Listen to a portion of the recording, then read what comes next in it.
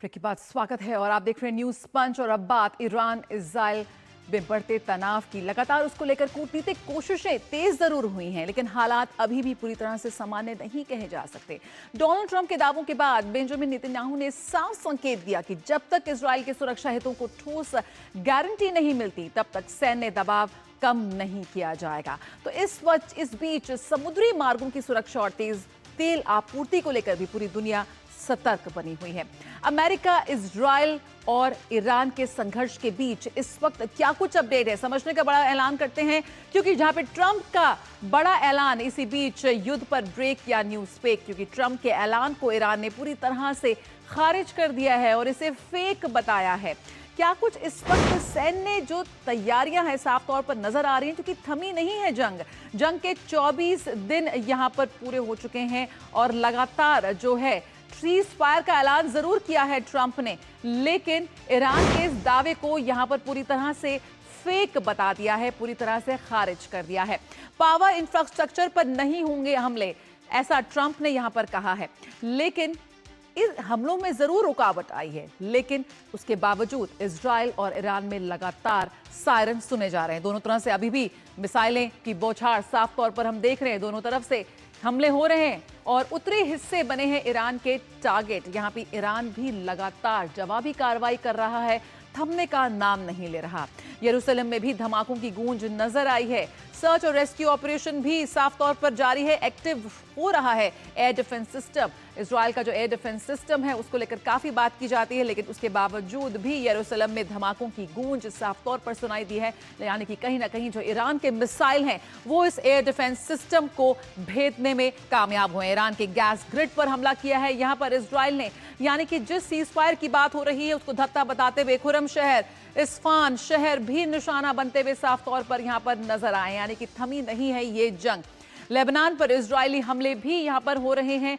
साफ तौर पर इजराइल भी रुकने का नाम नहीं ले रहा और ईरान भी नहीं। तो ट्रंप का दावा यहां पर साफ तौर पर है, लेकिन ईरान ने इसका जवाब भी पुरजोर तरीके से दिया है। ईरान ने कहा है कि ट्रंप का दावा पूरी तरह से ये फेक है कि अब वो 5 दिन तक हमले नहीं करेगा और ईरान से कोई बातचीत हो रही है, क्योंकि ईरान ने कहा है कि यूएस से कोई बातचीत नहीं हुई है। ईरान ने कहा है कि बाजार में हेरफेर की कोशिश, ऐसा अनुमान लगाया जा रहा है। एक्सपर्ट्स ऐसा कह रहे हैं कि ट्रंप के इन ऐलान के पीछे, दावों के पीछे कहीं ये मंशा तो नहीं है। फंसे हुए हैं यूएस और इजराइल। ईरान का ये कहना है कि हमला करके दोनों ही फंस गए हैं और एक बार फिर पुराना पैंतरा आजमा रहे हैं डोनाल्ड ट्रंप। सर्वोच्च नेता के साथ खड़े हैं लोग। यहां पर ईरान की जो सर्वोच्च जो हुकूमत है उसको लेकर भी यहां पर बात करते हुए सब नजर आ रहे हैं, लेकिन फिलहाल ईरान ने साफ कर दिया है कि अमेरिका से किसी भी तरह की कोई बातचीत नहीं हुई है। अमेरिका का कहना है कि ईरानी अधिकारियों के साथ बातचीत हुई है, बहुत ही ठोस बातचीत हुई है और क्या कुछ इसका नतीजा निकलता है ये देखने वाली बात होगी। लगभग सभी बिंदुओं पर सहमति बनी है और बातचीत को लेकर गंभीर नजर आ रहा है, ऐसा कहना है ट्रंप का। क्या है नेतन्याहू का इरादा, आइए सुनते हैं बेंजामिन नेतन्याहू को।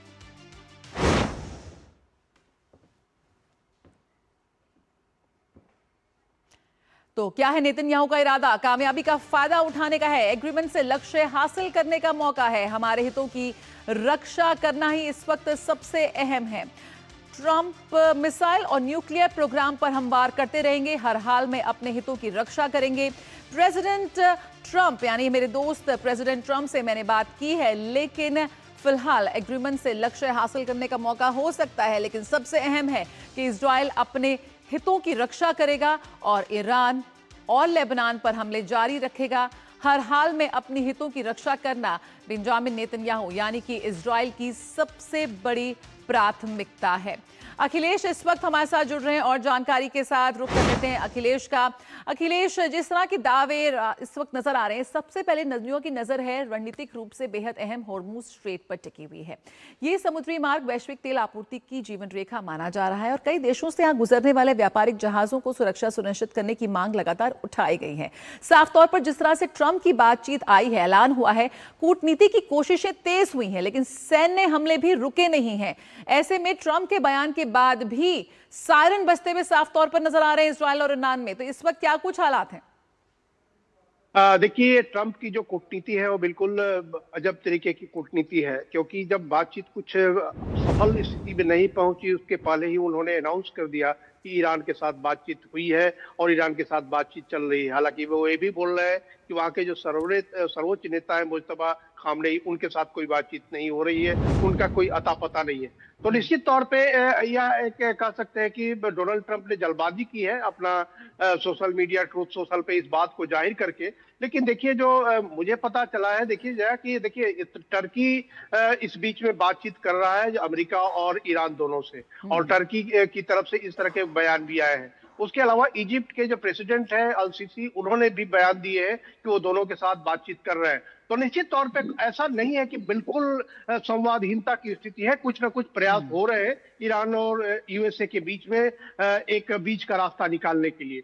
और ये चूंकि तब हुआ जब देखिए 2 दिन पहले शनिवार को यूएस प्रेसिडेंट डोनाल्ड ट्रंप ने एक घोषणा की कि अगर 48 घंटे के अंदर ईरान स्ट्रेट ऑफ हॉर्मुज को नहीं खोलता है, तब उसके जो पावर प्लांट है, ईरान के पावर प्लांट और ईरान के और जो एनर्जी इंफ्रास्ट्रक्चर है, उस पे अमेरिका हमला करेगा। इसके बाद देखिए पूरी दुनिया में अफरा तफरी मच गई, और उसका ईरान ने कहा कि अगर इस तरीके का हमला होता है हमारे पावर प्लांट और एनर्जी इंफ्रास्ट्रक्चर पे, तो ईरान भी इजराइल और इस इलाके के जो अन्य जो अमेरिकी इंफ्रास्ट्रक्चर है, एनर्जी देने वाले उनके दूतावासों को, उनके सेंटर्स को, उन सब पे वो हमला करेंगे। तो इसके बाद मुझे लगता है कि गतिविधियां और ज्यादा तेज हो गई, और जो इंटरलोक्यूटर हैं टर्की और इजिप्ट अभी खुलेआम इंटरलोक्यूटर की तरफ बर्ताव कर रहे हैं, तो उन लोगों ने अपनी सक्रियता बढ़ाई और उसके बाद कुछ न कुछ बातचीत हुई तो फिलहाल यहाँ पर जो ट्रंप का दावा था ईरान ने उसे खारिज किया है, लेकिन ये जरूर है कि कूटनीतिक प्रयासों की शुरुआत हो चुकी है। बहुत बहुत शुक्रिया अखिलेश फिलहाल इस जानकारी के साथ जुड़ने